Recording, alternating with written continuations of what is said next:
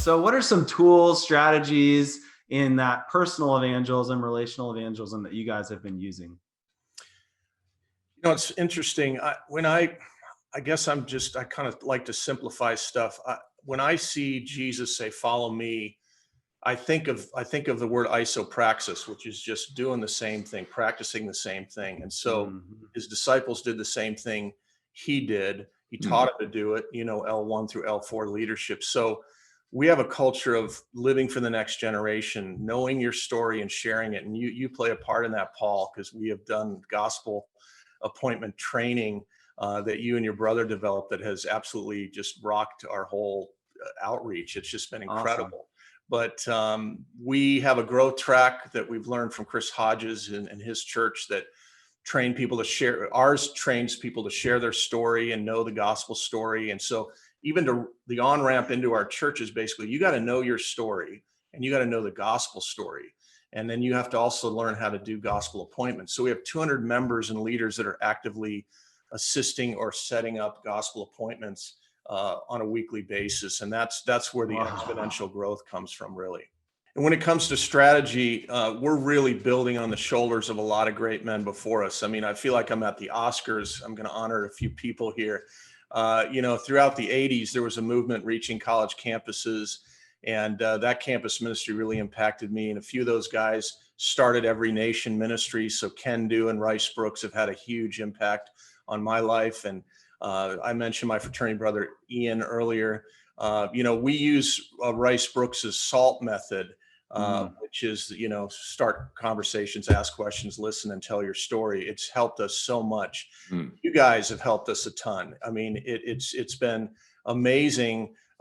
Shad, using your discipleship roadmap in our discipleship. We tooled it up with our own stuff, but man, thanks for creating that. And Paul and you and your brother with gospel appointments, man, it's been incredible. Ed Kang from Grace Point Church. He's just a great example of planting church sites around the country to reach college campuses. And of course, Keith Weiser with Resonate and Mark Vance with Cornerstone and Salt Company. These guys are heroes of mine. So one key thing about us is that we're a collegiate-focused church. And so we're not a community church just reaching a college campus or a parachurch ministry. We really believe that we're called to reach the campus. Like that's our calling. That's our focus. So we just believe the college campuses are the most strategic unreached people group. In fact, I've been doing my own kind of 30-year study.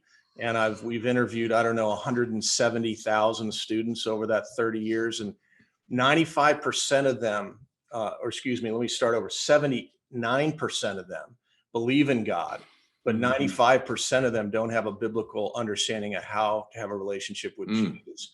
And so that's an unreached people group. And so we're passionate about that 95%, as I know you guys are. Yep. And what we've also recently learned from Barna is that 50% of Christian millennials are unwilling to reach out. They think it's morally wrong to share their faith. So you got the 95% that don't know Jesus, and you got the 50% of Christians on campus that are unwilling to reach their peers. So we're in a crisis right now on campus.